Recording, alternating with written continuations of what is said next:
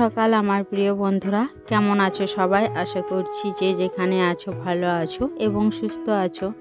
বড়দের প্রণাম এবং ছোটদের অনেক অনেক ভালোবাসা দিয়ে আজকের ভিডিওটি শুরু করছি। বন্ধুরা, এখন বাজে সকাল 7টা।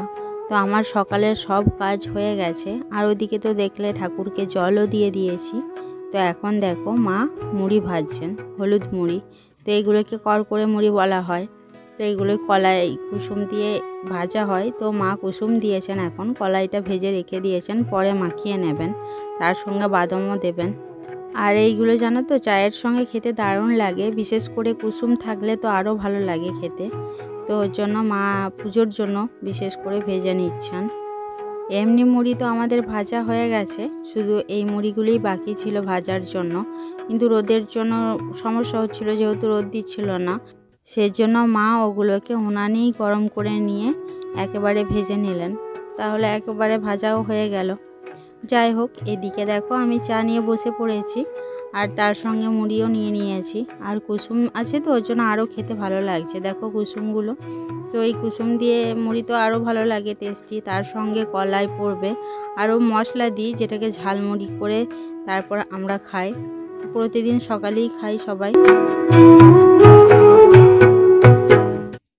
বন্ধুরা, ওদিকে চা খেয়ে নিয়ে এদিকে দেখো বাসনগুলো ধুতে চলে এসেছি চায়ের।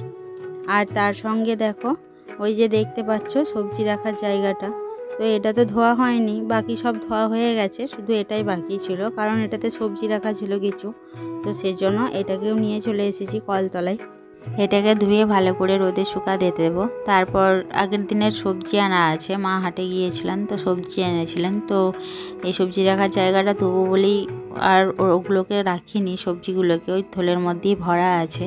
তো এটাকে ধুয়ে নিয়ে শুকিয়ে নিয়ে তারপর সবজিগুলো ভরে নেব।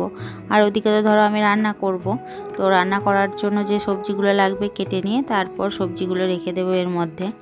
আর এখনও পুজোর জন্য তো হাট করে আনা হয়নি সবজি বাজার, যেহেতু এখনও পুজো একটু দেরি আছে, সেজন্য আগে থেকে সবজি বাজার করে আনা হয়নি, নাহলে কি বলো তো নষ্ট হয়ে যাচ্ছে, ওই জন্যই একটু দেরি করেই আনা হবে। আর যেগুলো বাড়ির জন্য খাওয়া হবে সেগুলো এখন কিনে আনা হচ্ছে হাটের থেকে। তো যাই হোক বন্ধুরা, এদিকে দেখো আমার বাসনও ধোয়া হয়ে গেছে, তার সঙ্গে সবজি রাখার জায়গাটাও ধোয়া হয়ে গেছে।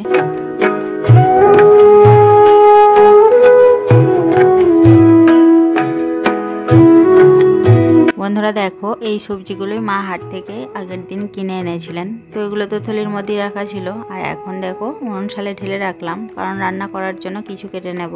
আর আজকে সবজি রান্না করব বাঁধাকপি, আর যেহেতু বাঁধাকপি আনা আছে সেজন্য বাঁধাকপি করবো। আর তার সঙ্গে মা বললেন যে সয়াবিন কর, আর সয়াবিনটা অনেক দিনই করা হয়নি, তো সেজন্য আমিও বললাম ঠিক আছে, সয়াবিনই হোক আর বাঁধাকপি হোক, তো আজকে এই দুটো রান্নাই করব।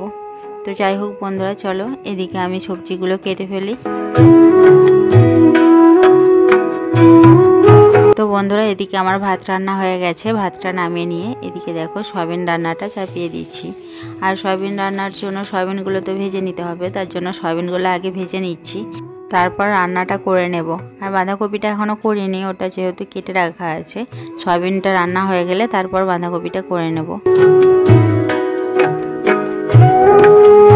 তো বন্ধুরা দেখো, হঠাৎ বৃষ্টি নামিয়ে দিল, আর প্রচণ্ড মেঘ করেছিল, একদম কি বলবো, রান্নাটা করেছি আর তখনই মেঘ, আর এত কাঠ মেলেছিল উঠানে, তার সঙ্গে জামা কাপড় ছিল অনেক শুকনো, তো সেগুলোকে তাড়াতাড়ি করে তুললাম। এত মেঘ করেছিল বন্ধুরা, একদম কি বলবো তোমাদের, ভিডিওটা করারও সময় হয়নি, একদম যাতাভাবে বৃষ্টিটা নামিয়ে দিল। আর তার সঙ্গে তো কাঠগুলো তো তুলতেই হবে। আর এখন বাজে প্রায় 11:40, তো আমার 11:30 মধ্যে রান্না হয়েছে, আর তখনই ধরো মেঘ, ওই জন্য তাড়াতাড়ি করে আগে কাঠগুলো ঘরের মধ্যে রেখে দিলাম।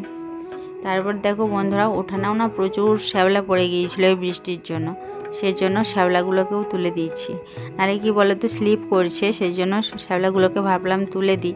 ওই জন্য একটা আলুর বস্তা নিয়েছি, তো বস্তাটা পায়ে করে নিয়ে তারপরে ওভাবে করে দিচ্ছি আর কি, তাহলে উঠে যাচ্ছে শ্যাওলাগুলো।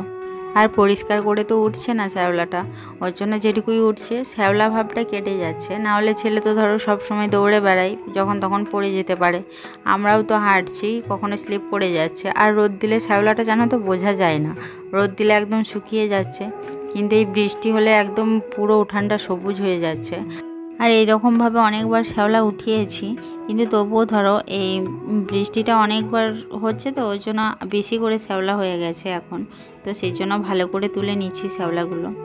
আর সামনের একটু জায়গা ঢালাই করা ছিল না, তো ওখানটা প্রচণ্ড কাদা হয়ে যাচ্ছিল। তার সঙ্গে রুবি আর রুবির মাও সবসময় যাওয়া আসা করছিল সকালে, তার সঙ্গে বিকালে। তো ওখানটা যাচ্ছে তাইভাবে কাদা হয়ে গিয়েছিল। তো সেই জন্য বাবা একদিন ওখানটা ঢালাই করে দিয়েছেন। তো এখন ধরো পুরো উঠানটাই ঢালাই হয়ে গেছে, কিন্তু তবুও ধরো শ্যাওলাগুলোর জন্য সমস্যা হচ্ছে। ওর জন্য শ্যাওলাগুলো হালকা করে তুলে নিচ্ছি যাতে স্লিপ না কাটে।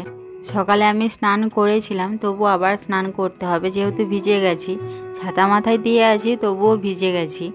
আর যেহেতু কলতলায় যাচ্ছি, আর কলতলায় তো ছাতা ধরা যায় না, ওই জন্য কলতলাতে ভিজে গেছি। ওর জন্য আমাকে আবার স্নান করতে হবে।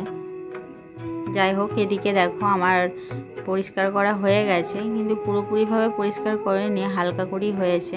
তো এখন কিছুটা জল দিয়ে তারপর ধুয়ে নেব, কারণ এখন হালকা বৃষ্টি হচ্ছে তো ওর জন্য শ্যাওলাটা পুরোটা যাচ্ছে না। ওর জন্য বালতি করে জল এনে এখন জল ঢেলে দিচ্ছি।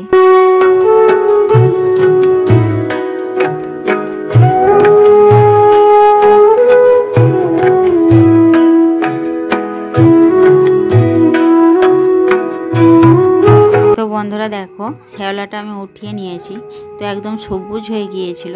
তো দেখো অনেকটা পরিষ্কার লাগছে আগের থেকে, প্রচুর সবুজ হয়ে গিয়েছিল দেখতে। আর একদম কি বলবো, স্লিপও কাটছিল, ওর জন্য পায়ে করে দদারে দিয়েছি, তো আরও দেখতে ভালো লাগছে। যাই হোক, এদিকে আমি স্নান করে নিয়েছি। এখন দেখো ছেলেকেও স্নান করিয়ে দিয়েছি, ও এখন খাচ্ছে। ও বললো আমার খিদে পেয়েছে, সেই জন্য ওকে ভাত দিয়ে দিয়েছি, ও এখন খাচ্ছে। আর বাবা আর মা এখনও স্নান করেনি, ওই জন্য আমরা এখন খাবো না, বাবা আর মা স্নান করে নিক তারপর আমরা খেয়ে নেব। তো বন্ধুরা, আজকের ভিডিও এই পর্যন্ত। যদি তোমাদের ভিডিওটি ভালো লেগে থাকে অবশ্যই লাইক কমেন্ট করো। আবার দেখা হবে নতুন একটি ভিডিওতে। সকলে ভালো থেকো, ধন্যবাদ।